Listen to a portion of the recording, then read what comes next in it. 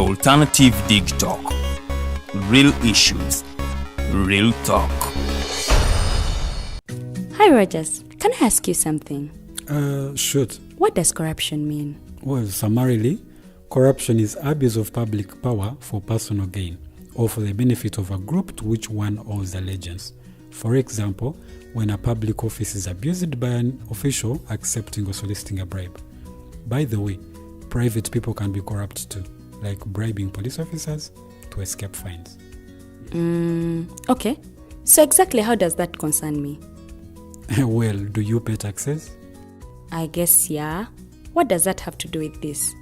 Everything. Because those taxes you pay are supposed to facilitate services you use, like water, electricity, roads construction, medicines in hospitals, name it. Okay, that is much bigger than I thought. But it can be stopped, right? Well, yes it can, although it may not be as easy as it sounds. And here is the reason why. Corruption roots are grounded in our country's social, political, economic, bureaucratic traditions and policies. So, what has kept it going this long? I mean, why don't we stop it? Well, the main reason why it has been here for so long is because institutions are weak, either as a result of poorly defined ethical standards of public service, weak administrative and financial systems, or ineffective watchdog agencies. What can we do to stop it?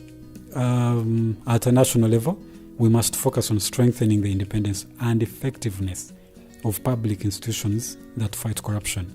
At a personal level, we must commit to never giving a bribe. I promise I'll never give a bribe. Well, that's a great decision you have made. Me and you now have to spread this message to all our friends. If we all do our part, corruption will be no more. This message is brought to you by Alternative Digitalk.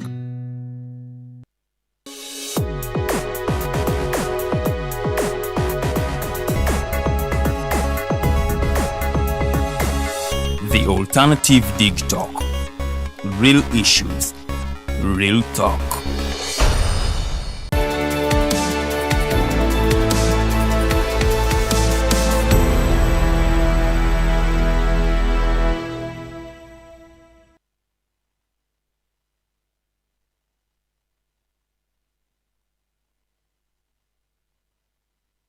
From Kampala city in East Africa, and of course that it is 7 in East Africa.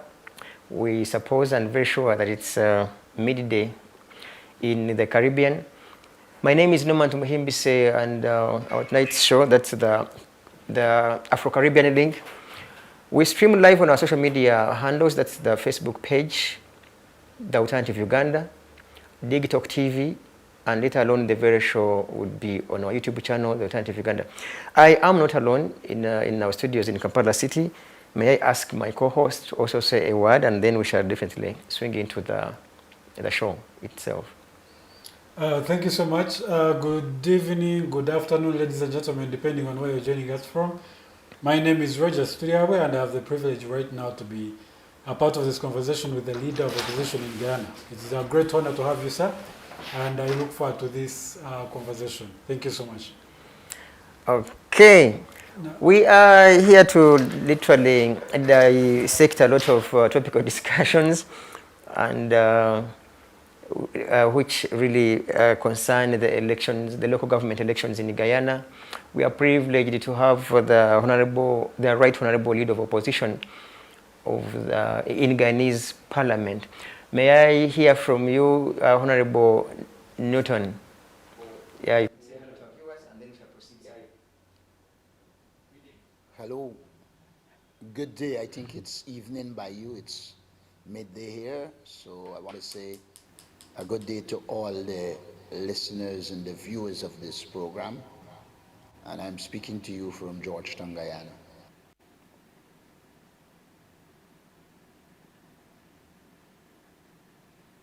I mean, our viewers would gladly wish to hear from you. What is it that makes you convinced that the local government elections are indeed a great deal towards nation building? I didn't get a question at all. Hello, could you repeat the question? Our viewers are interested in knowing the purpose for which you think local government elections contribute towards nation building, in particular Guyana, because we understand that by 12th, I suppose, if I'm not mistaken, 12th June, you are having local government elections. Why are they so important to Guyanese development? Local government elections are important because years ago, we placed in our constitution a lot of rules surrounding local government and local government activity. The country has been divided into 10 regions, and we participate in general elections, but then there are local government elections, which involve essentially what we call the tongues and the neighborhood councils. Now, these institutions were set up to give the average person in the community a say in the management of the locality. Unfortunately, the government of the day seeks to usurp the powers of the local government bodies through using the government officer. For instance, NDCs have an overseer, and rather than allowing the council to make the decisions, the government tends to use overseer to make the decisions. In the case of the municipalities, it's the town clerk, and again, the government seeks to use the town clerk to make decisions rather than allow those elected by the people at the level of the council to make the decision. It is important because people in the locality know their area, they know what they want, and therefore they should be afforded the opportunity to decide matters related to local government. In fact, we are scheduled for local government elections on the 12th of June, but there's a lot of controversy surrounding it. In the first place, you have to get the signatures of local persons to support your lists. In our case, we are running as the APNU. And what we have found across the country is that rather than going to communities and let the people sign, what in essence has happened, that the PPP sit at their own desk, sign on behalf of them. And so right now there is a big issue because a lot of the signatures that the PPP received are forged signatures. In fact, I just wrote the Commissioner of Police requesting a meeting because under the laws of Guyana, if you forge supporting signatures, you commit an offense. We have had a case where the dead signed. In this case, somebody recognized that their dead mother, I think it was, had supported the PPP list. And that person pointed out that, look, my mother is dead and buried. My mother therefore could not have signed. And so that is an issue. Then the situation of pensioners who use their thumbprint, but on the PPP list, they have a signature. And then we have an entire list in the Bel-Air Woodland area that is signed by one person. And every day that passes, we find all of these discrepancies. Now, these are forgeries, but the Guyana Police Force is controlled by the government, and the government is not allowing the Guyana Police to do its work and bring those who would have forged people's signature to justice. So we're at that point where we are accumulating all the evidence and bringing it before the police. Yesterday we held a protest demanding the removal of the chairman of the Elections Commission because she is failing to operate based on law, and as such we will continue to confront the government, because if you start with forgeries, you are almost immediately nullifying the elections, because if the candidates are forged candidates, then how could you have an election that is free and fair. And so the question of the integrity of the election is also on the table.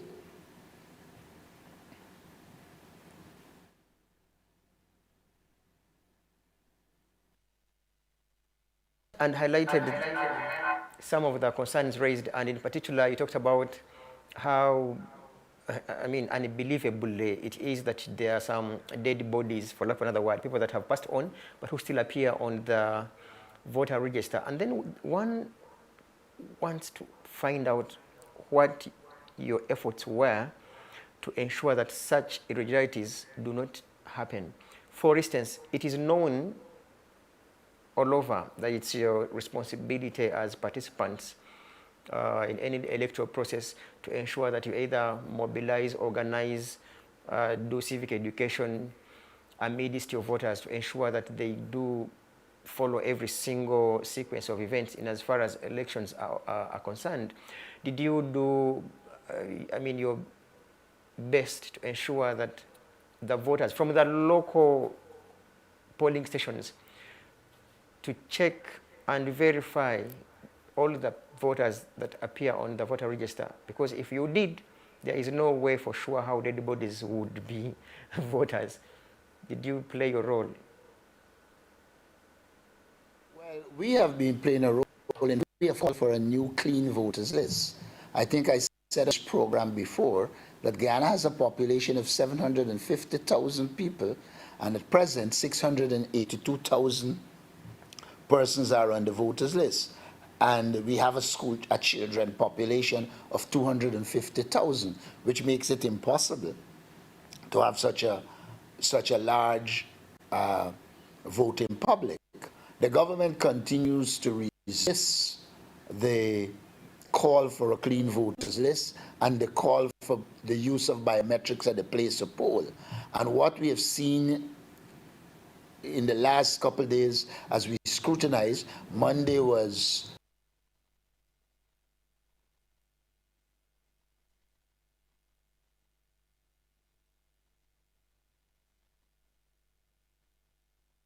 to lose you, Honorable, but you can proceed if you're back. Yeah.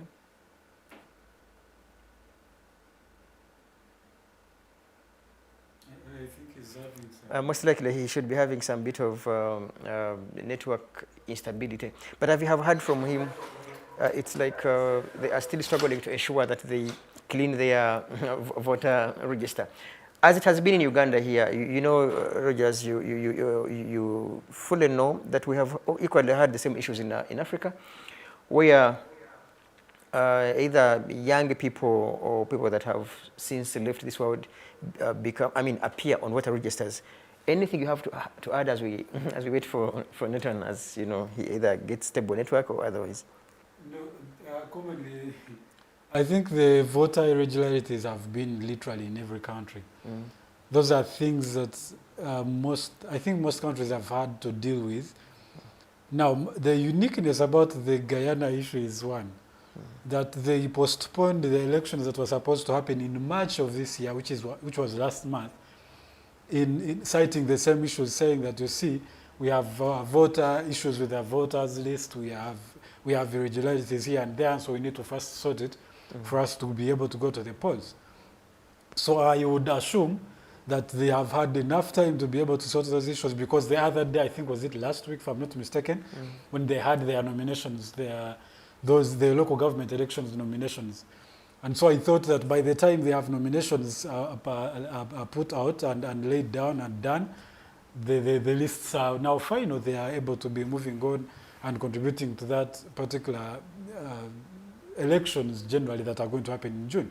So what I don't understand is what was the postponement of the elections for, and why do we still have the same issues after we have said, look, we have postponed the time so that we get enough allowance of space for us to be able to sort this. You know, for me, that's one thing I wanted to ask. The most worrying thing here is world over, no matter which country where elections are held, I have not had any country anywhere where either the opposition or government agree and now say, we have had a fantastic process. There will always be crying babies, whether opposition, whether government. In fact, in some countries, even the government comes to say, opposition rigged my votes. I have heard that story, that very statement from the President of the Republic of Uganda saying, opposition has always rigged his votes. And then you wonder, okay, you have the army, you have, all institutions, you're the one who chooses the entire electoral commission, and then you proudly come and say, opposition rigged my votes. I do not know whether that's an escape route by so many dictators, because they know that the moment they mention that opposition rigged their votes,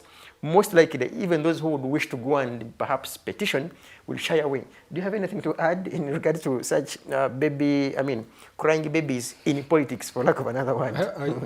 I think generally the issue has been that what I think is, I don't know if we just don't prepare very well in advance, because we have time. Literally, most countries have a space of 5 years term. But the concern is here that even when you would wish to organize, do the opposition at large, no matter the country, whether Africa or Caribbean, any other countries, do they have the resources, both human and financial resource, to organize and prepare for elections fairly? I think they do. I think they always do. Even the smallest of countries must have resources for elections, I think, at least. I think those are possible, because what do they need? Ballot papers, they need polling agents, and they need, and they have an institution that's supposed to be manning those elections and stuff, making sure it happens. So I think they do have the resources. So why do they the problem is crying? I don't know if they just don't trust the institutions. Like you had Honorable Newton say, he already raised concerns ranging from ghost voters, now with their inability to apply the biometric voter system. Those machines that the people, the commission puts at every polling station for verification purposes, because they will require your fingerprint, where you will not carry someone who's dead body to come and, have it verified. So it has taken this long, and you say that even the opposition has the capacity to organize, but the capacity to organize goes or calls for resources. And I put it back to you. Do you think the Newton and others had what it calls for, resources, both human and financial resource? Themselves as the opposition? Yeah, sure. I think they would have, let's say they have the resources, but I do not think they control the system that has to do those, carry out these activities. That are logistical, for example. Logistics, they could have the money, let's say. The money may not necessarily be a problem, but the system is manned by an institution that only is commanded by the government.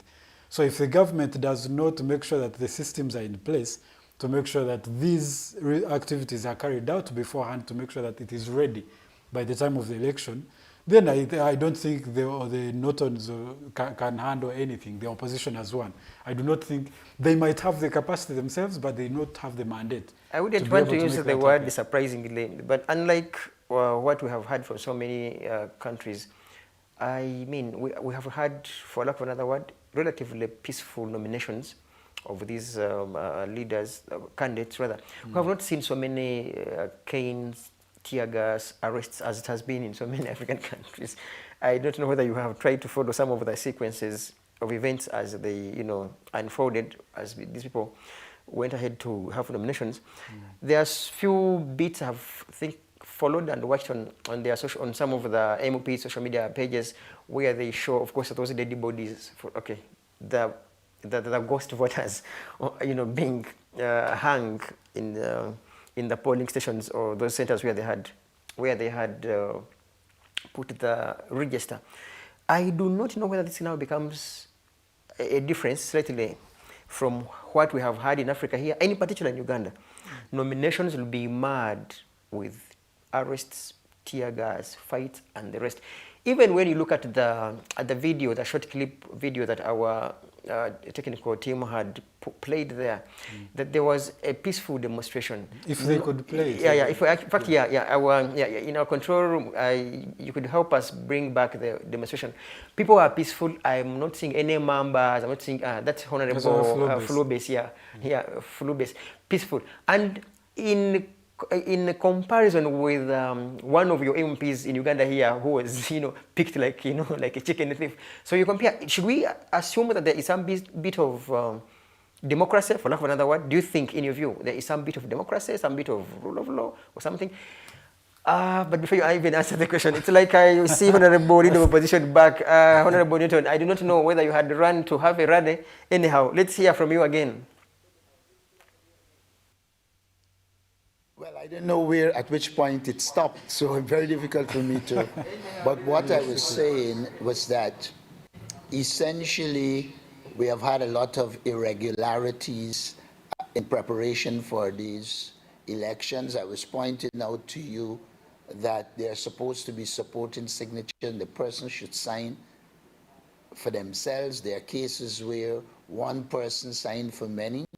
There are cases where people reported dead have signed, people who should have thumbprints sign, and now we have identified these problems. I wrote the police commissioner officially informing him about these matters and seeking a meeting, but we know the PP doesn't allow the police to operate in keeping with the law. And so we don't anticipate that we will get a positive response. So we most likely will have to bring private criminal charges against those who would have committed forgeries. But we see all of this as preparing to rig the local government election so that the PPP can be in total control of the country and emasculate local communities rather than involving them in the developmental process. When our constitution was developed, it was developed with a clear intention that power from central government will devolve to local communities, and since people in local communities know their community, they will know what developmental works, etc. they need, and therefore they will be in a better position to drive the developmental agenda of the local community. Unfortunately, the government seems not to be interested in that.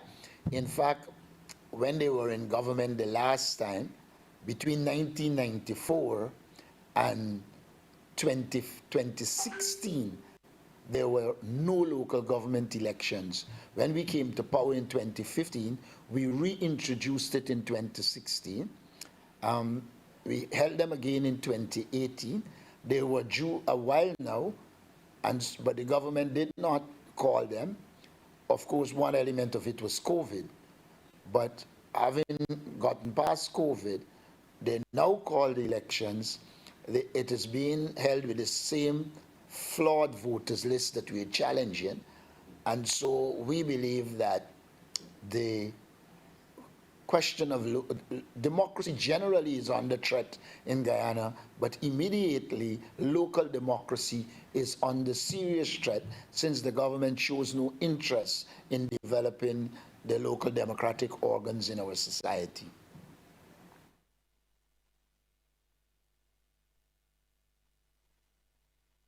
Yes, you had something to... I do have particular interest in these elections, but particularly on one, there has been some, I don't know if we should call it defectors, people crossing from the opposition to the government side. And some of them are these strong, people. We have one person who is actually a former mayor of Georgetown, Patricia, is it Green? Patricia, yes, Chess Green.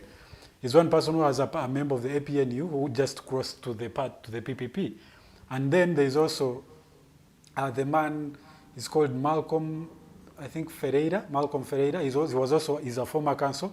He was in the council in 2018. I want to ask the leader member of the opposition. Our party. Of course, now the business of the opposition or is that now his numbers are reduced. Yes, lays on his shoulders. I want to understand what does this defection mean to the opposition as one, and APNU in particular.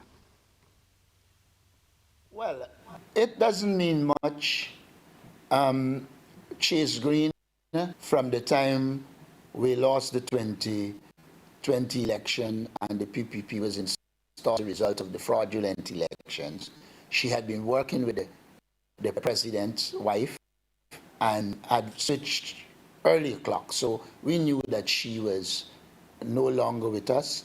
One of the things about losing elections in this part of the world is you do have defection. In fact, the PPP is not making much of it, but there is a person who was on the PPP list in Bartica who is now supporting us in these local government elections, but that wouldn't be highlighted.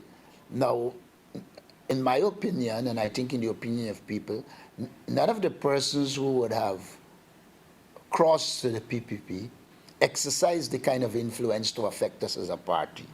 We are convinced and satisfied that in Georgetown, where Chase Green was once a mayor elected by us, we will beat them and return Georgetown to the APNU PNC coalition group, and we're not worried about persons who would have crossed the floor. In the case of Malcolm Ferreira, I don't recall any time that he was a member of the PNC. In fact, I think he ran as an independent candidate in the last election. But in the PPP style, they wouldn't point that out. They will do it as if he crossed from the PNC to the PPP. Now, there are a lot of oil money circulating, and one of the things we have evidence of is the PPP paying as much as $150,000 to $200,000 to candidates from our strongholds to run. And we have not been dissuading them because we understand money and money power. But we have been saying to them, look, take the money. But when the time comes, you know where you are voting. And it is not the first time in our history that the PPP is seeking to buy votes. And it is not the first time they are forcing workers in the state to support the PPP. What they have been unsuccessful with is getting them to actually vote for them. And we think on this occasion, our support base will continue to be strong and they will support us. Let us not forget the PPP was telling the world that we couldn't find candidates here and we couldn't find candidates there. We found candidates in every NDC in the country except in Region 9 where we had some problems. Across the country, we were able to get candidates. When you compare our candidates in Bartica with their candidates, we know we're going to beat them. When you compare our Georgetown candidates with their candidates, we know we are going to beat them. In all our structures, we are going to beat them, and we believe we will make some inroads into their stronghold. Now, when you're looking at local government in Guyana, you have to remember that Georgetown is one local government organ, but it has more than 100,000 members. More than 100-something thousand people. Now, when a local government election is called, that will be counted as one constituency you would have won, one municipality. But in a general election, it's a totally different ballgame because that municipality is the largest in the country. And 3 of the largest are controlled by us. And therefore, we are not worried about these people. They are human beings who always go after money. And there are some of them. But when it comes to loyalty and understanding of our policies and programs, we are satisfied that our support base, they understand that and will continue to support us and operate in a way that will ensure we maintain control of those municipalities and NDCs that we control. And we believe we will do extremely well in these elections. Noting that we have to battle the illegalities that are there. Okay, my question was, absence of these people who have that much influence, I also realized that now Patricia Chase Green is facing a young person who's standing probably for the first time in that local government elections, Kibwe Copeland, if I'm not mistaken. The former, I think, is the current chairman of the youth and student movement in Guyana. Do you feel confident that the people who you have can now still rally and run against these people who have experience, who have defected now to the government, and still be able to hold the position of the opposition in Guyana? I appreciate that you're paying keen attention. Yes, Kibwe Copeland will beat her. but I don't think she's in Kibwe's constituency. I think she's in Troy Garway's constituency. But any one of our contestants will beat Chase Green. She has never been popular in the area. She was elected on an APNU list. That in itself tells you that it is the support of the party that got her there rather than her own independent charisma or anything to that effect. We believe our party is strong on the ground. We will mobilize our people in support of our candidate, and Chase Green will be beaten. We have a core of young people who are campaigning. They have more energy to campaign than her. They are more in contact with the people in the constituency. And mind you, a lot of people in the constituency never really give support to Chase Green. And that is why she was mayor 2016 to 2018, but in the 2018 election, she was so unpopular, we did not put her back as mayor. So I am not at all worried. I am convinced that we have the core there and that we will work and beat the PPP candidates in those constituencies. I have no doubt about that at all.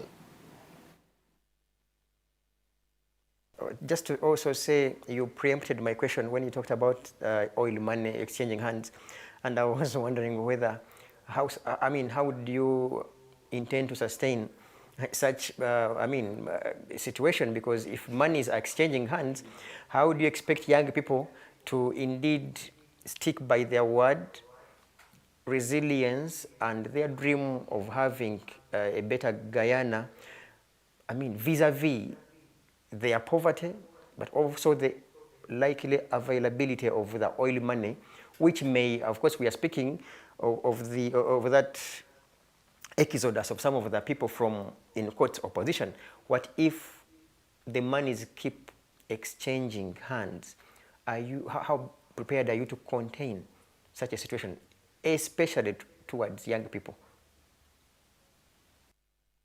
First of all, we have been pointing out to people that without oil money, we did far more than the PPP did with oil money. And one of the reasons they can't do much with oil money is because they are corrupt. The other reason they can't do a lot with oil money, they believe in putting the resources in the hands of their friends, their families, and their favorites. Now, recently contracts were given to PPP persons to the tune of $5.5 billion. So that even in PPP constituencies, the money is not trickling down. And it is on that basis we think we will confront and beat the People's Progressive Party, because their programs are not aimed at dealing with poverty. You can give handout to a few people, but if you're going to change the situation of people in a country, you need proper programs and policies to be able to ensure the people benefit. For instance, in our last budget presentation, we signaled that we will introduce a rent-to-own scheme in which we build houses for people, they pay rent, and at the end of a particular period, become owners of the house. That will strike a blow at poverty. We have made a number of recommendations. For instance, in agriculture, if you want to deal with the cost of living, you have to ensure all the regions have proper agricultural program. What the PPP does is focus on their constituency to do agriculture, Region 6, Region 5, Region 3, Region 2, and parts of Region 4. Now, what that means is all these products have got to go to the Rupununi and the far-flung regions. That almost immediately make it costly and carry up the cost of living. Then you have ExxonMobil in the country. They are now, people are now coming in. They are consumers as well. And in this kind of activity, as they consume, less is there to be consumed by the people. The price goes up and you have the cost of living problem. So we believe that even though the government has money, with organization, clear policies and programs, we are going to defeat the PPP. We have made it clear to our supporters, yes, you can take the handouts, but you must be clear in your mind that handouts cannot take you out of poverty. And what we need is structured programs to take people out of poverty. And we have been articulating those programs and policies. We are going to put money in the hands of our people in a structured way that targets poverty rather than using the money to buy political votes and political patrimony with the hope that that will solve the problem. It wouldn't. And so we are confident that we are going to take them on, even with oil money, and defeat them, because the oil money is not meeting the people. Everywhere you go in Guyana, you have this problem of the cost of living, and the government has proven that it lacks the ability to deal with the cost of living issue. I just wanted to get a little bit of an update on behalf of the people also. You threatened yesterday to boycott these elections. How far are you with that? Is it still on? Are you changing your mind? Are you going on with the move?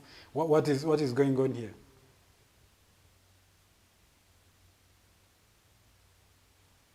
Position that we will prepare for these elections while at the same time challenging the voters list, while at the same time demanding biometrics. We now have a new situation in which there is widespread forgery, and we believe the basis for these elections to be called off, and we will pursue those, because we do believe that in virtually every region there has been forgeries, there has been illegalities, but again, you are dealing with a government that is totalitarian in nature. They want to control and dominate the total life of people. If it is a democratic society, if you boycott the election, then they will feel bad and want to have opposition. That is not the case in the Guyana context. You have a PPP that comes out of a communist history. You have a PPP that don't have free elections in its party. And you have a PPP who is comfortable without any opposition. So one has to take that into consideration and leave no vacuum. Because they say nature abhor a vacuum. The PPP is very much anti-democratic, and any vacuum created to ensure dictatorship, they will fill that vacuum in no time. And so we have got to skillfully battle them on a voters list, battle them on metrics, while at the same time not creating the opportunities for them to take over local institutions that really should be governed by elected people. Let me take just one, the last one, Honorable.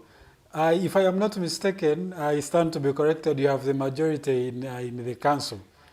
The APNU has, I think, over 20, if I'm not mistaken, and then PPP has even less than 10. Are you confident you'll maintain this majority in the council? I have no doubt that we will maintain the majority in the council.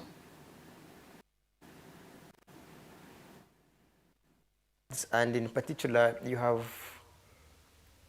confidently mentioned that Guyana is being led by an authoritarian regime. For lack of another word, it is to say you people are being led by a dictator. And now this becomes my question. Peacefully, in courts, you had a demonstration to portray the irregularities in the electoral processes. Unlike so many times, or even here in Uganda and rather in Africa and Uganda in particular, when any citizen brings their heads up, they are hit. You had a very peaceful demonstration. Would you credit police for having behaved professionally, and therefore, if this is how they are likely to behave, do you see a peaceful electoral process come June?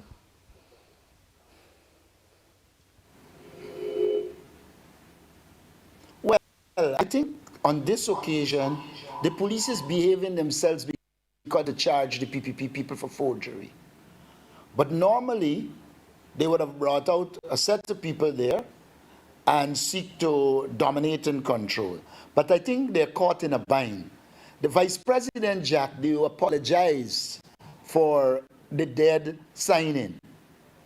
Now, many PPP people across the country are watching jail time for forgery. If the police comes now and attack our supporters, etc., the bias will be more than obvious. It's already obvious, but the intensity of the obviousness will increase. So I think a number of things happen. Normally, if we ask in Parliament for a bill to go to select committee, we can look at it thoroughly, it will be refused. Last Monday, the government agreed to send a bill to select committee, and I believe they are doing these to ease tension. The government believes that if they hold out long enough, people will forget these forgeries, and then they will return to their normal self. This is a case where the political situation is not conducive to their usual use of the police against people. We saw how the police brutally dealt with the people in Mocha Arcadia. We've seen how the police deal with many situations in this country. But right now, the government is caught between a rock and a hard place in the sense that many of their supporters could go to jail, and if the police act against protesters, then it will likely intensify the crisis, and they are not looking for that. What they are looking to do is to get the police to operate with light hands so that they are not compelled to bring charges against who would have forged signatures, etc. So in some regard, the political situation is not conducive to the usual operation of the Guyana Police Force. I want to ask in particular in regards to the preparedness of you and others, and now this goes to young people. Are they participating? Have they contested as candidates? What has your political party and the entire opposition done to ensure that you up their game in regards to confidence in contesting and participating? Or they are simply hanging posters of all the people and singing around? If you look at a comparison list, you will see in the parliament we have more qualified people in them. If you look at the local government, the young man you mentioned, Kibwe Copeland, is a university student. He already has a diploma. If you look at the people that we put up, you have graduates among them, you have professional people among them, and they have some amount of political experience. Kibwe Copeland didn't come into the youth army yesterday. He has been there since we were in opposition before we came to government. So they might be young, but there is some political experience there. I went to Bartica yesterday, and again, we saw young people, some with experience, some without. But as a political party, we have got to blend experience and youth.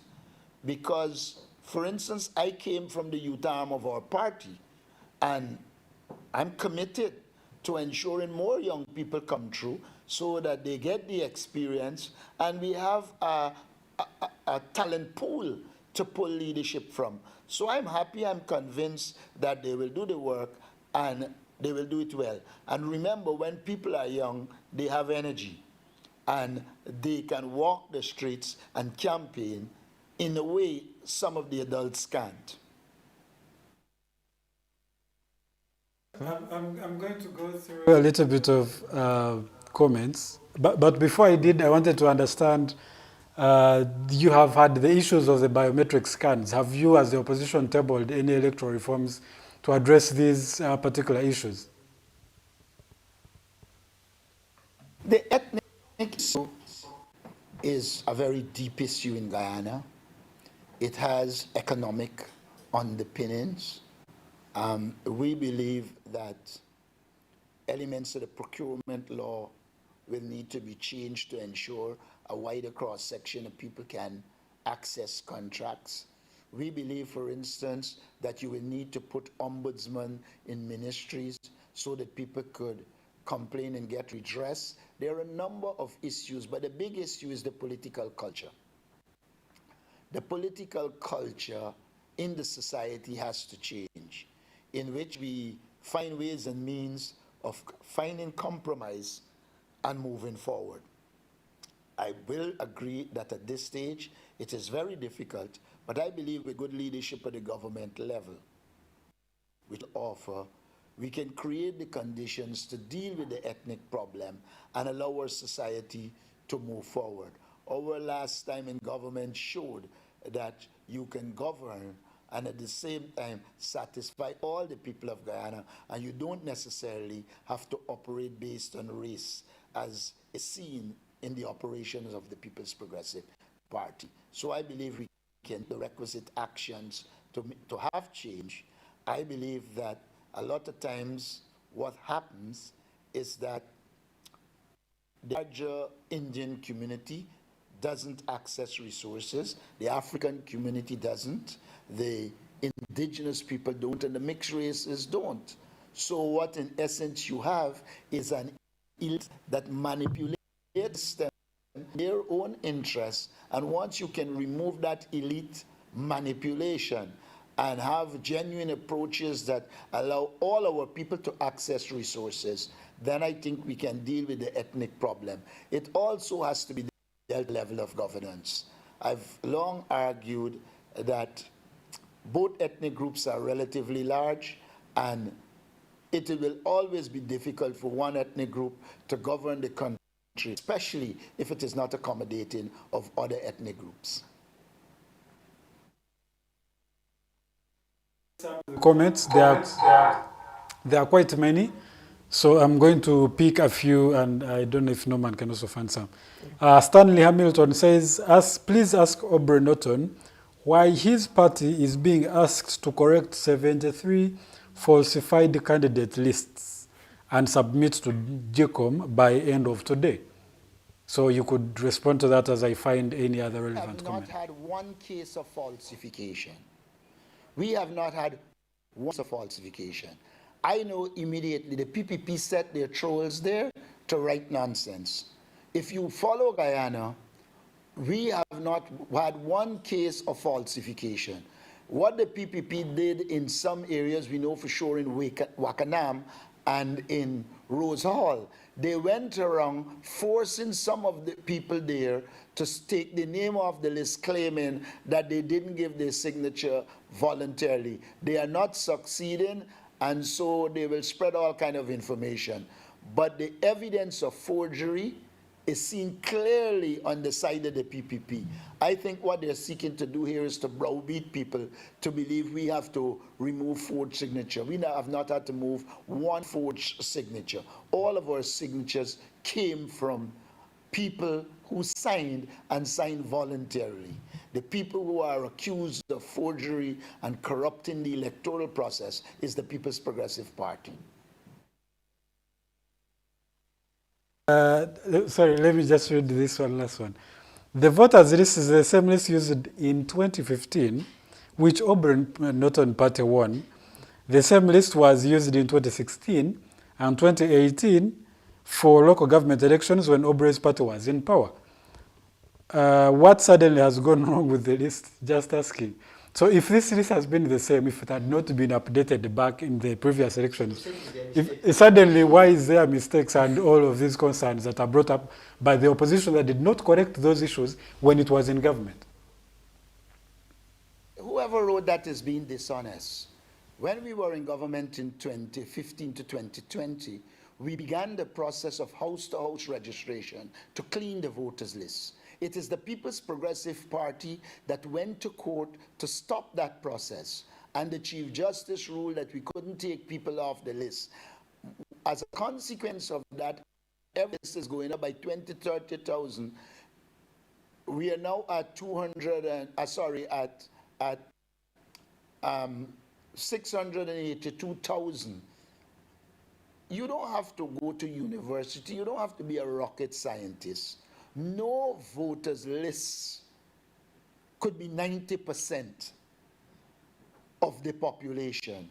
And so whoever asked that question, surely not paying attention to the reality.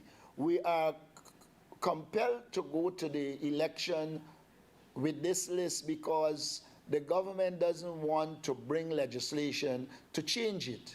We have already said we are willing to support legislation to ensure that we have a clean voters list. Because the PPP is corrupt and they rig elections, they want a bloated list. You know, a bloated list suits the PPP. And so they are doing everything to maintain a bloated list. Every observer at the last election called for a clean voters list. It is only the PPP that stands on an island saying no to a clean voters list. But it is untrue to just say we went with it in 2015. After the PPP lost the 2015 elections, they themselves said they want a clean voters list and biometrics. And then when they come back to power, or they saw the hope of coming to power, and then when they are in power, they are refusing a clean voters list because they intend to rig elections in Guyana.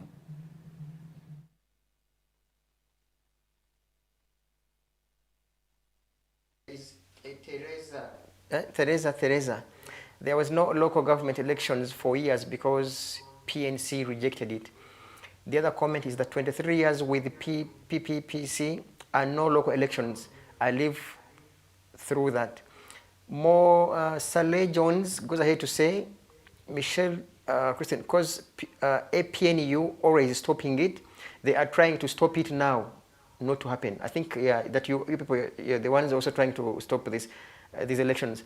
But also Marvin Williams goes ahead to say the rigging of local government elections of 2023 started with the he put with the padded list, the unlawful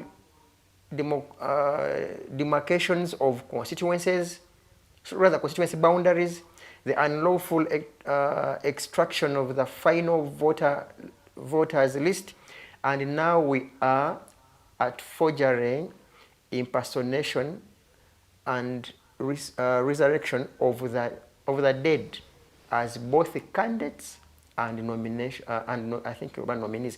I don't know whether you even have a dead person contesting.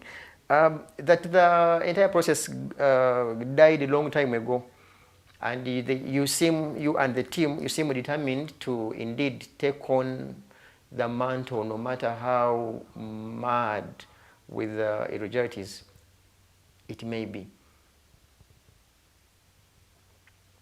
I didn't get a question. I didn't get a question. Oh, no, we're reading the message. One of my final messages here was that the entire process died a long time ago. And to anyone who is surprised, you seem to be determined to participate in the process no matter how compromised it seems to be.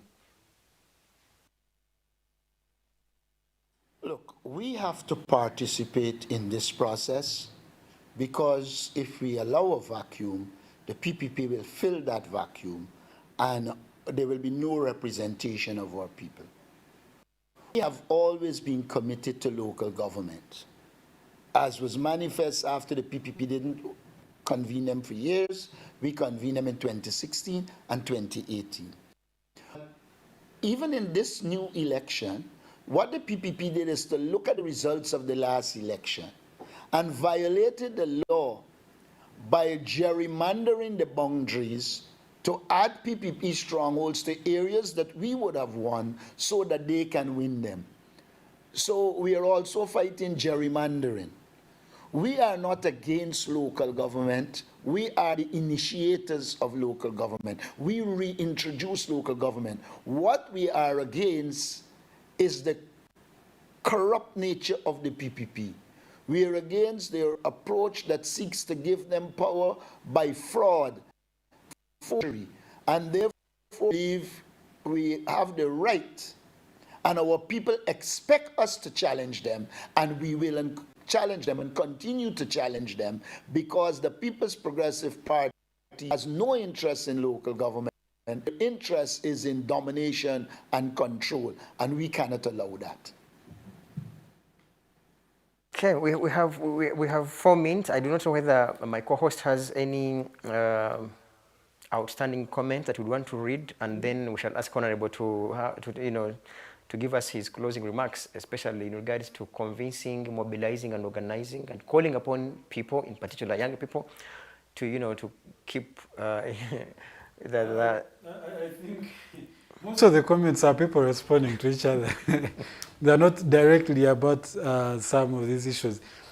But I wanted to look at, because it seems, if I'm not mistaken, I've actually seen one of the people have hinted on it. In 2016, I think in the local government elections, the APNU lost. In 2018, I think you did the same. I do not understand why these issues were not coming up, and they're coming up now, but I also understand the fact you've tried to address some of those issues. And for me, as we conclude, I am very happy with this one gentleman, the Kibwe Copeland guy, who is standing for the local government. He's a young person. He's a chairman of a youth and student movement in Ghana, and I'm very happy that he's standing up and saying that he was being interviewed, and he said that it is time that we also contribute to the democracy of the land. And so I hope that most of the youth are also contributing in this local government election and not just being bystanders, and so much so that even you, the party leaders, are giving them the opportunity. Because it's one thing for them to want to participate, it's another thing for you to be able to give them the opportunity. So I think I'm going to call upon Honorable to make his concluding remarks, and we will call it a day. Another time when we come, I wanted to ask him about there's a bill that was being tabled yesterday. Is it yesterday, if I'm not mistaken? Yes. It's called Intelligence Agency Bill number 5 of 2023. He was not in support of it. Next time maybe he'll tell us why that is. And also... He can use a minute to give us a hint on why... Oh yeah, actually we have some few minutes. That bill. Yeah, why you're not in support of that bill? Yeah. Why is that? And then your closing remarks. And then your closing remarks altogether.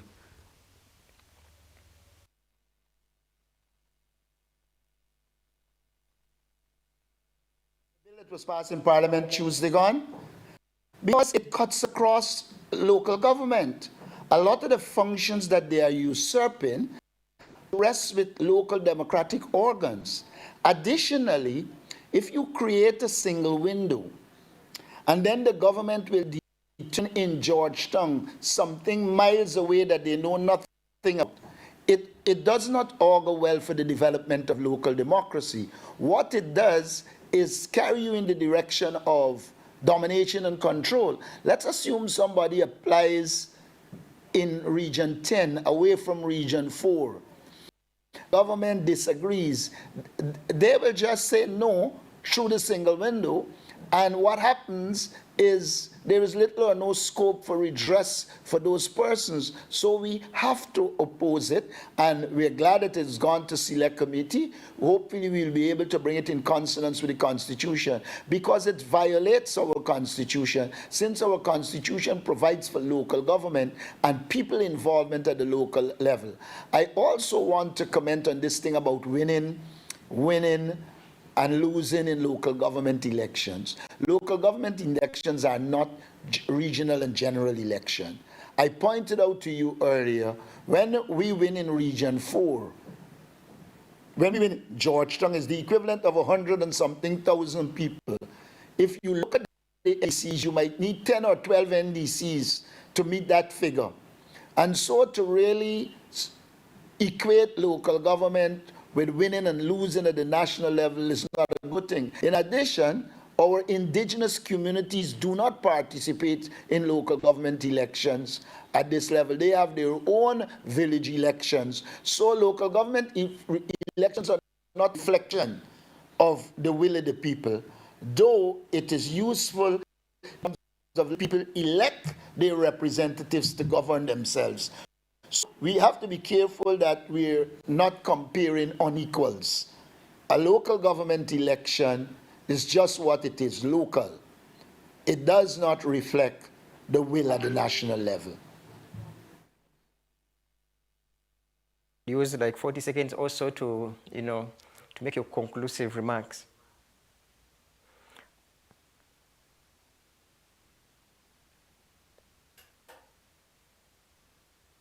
Role to play in development. Fortunately, the government isn't disposed to local democracy. Like I said, they are into domination and control. We see them into elections through forgery, and we'll have to continue to take them on until we get justice. Honorable Norton, I want to ask you to to always spare time every when we look for you.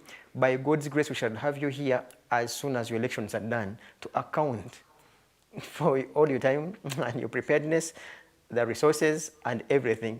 We pray that you will create time to brief us once again on what will have transpired on 12th June as when you are having your elections. Perhaps we shall ask you to come with the statistics about the successful candidates, and of course just giving us an accountability of that time. May God bless Guyanese, in particular also Africans, and all of us, those that are also seeking for good governance and constitutionalism and rule of law, for God and my country, from Kampala City in East Africa. In Africa.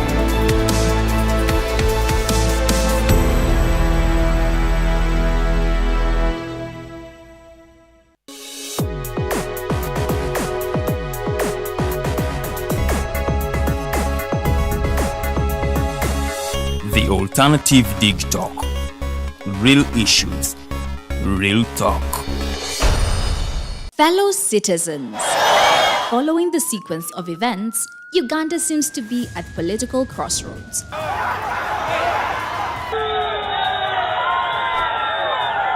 I'm not a servant of anybody.